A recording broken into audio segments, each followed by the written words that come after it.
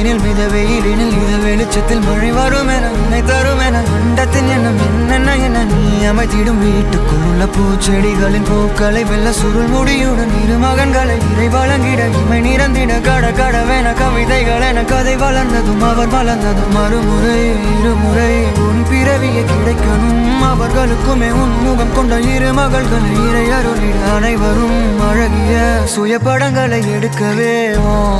பக்கத்துல நாம் பாடுக்க வழி சொல்லம்மா ரத்தத்துல பெத்தெடுக்க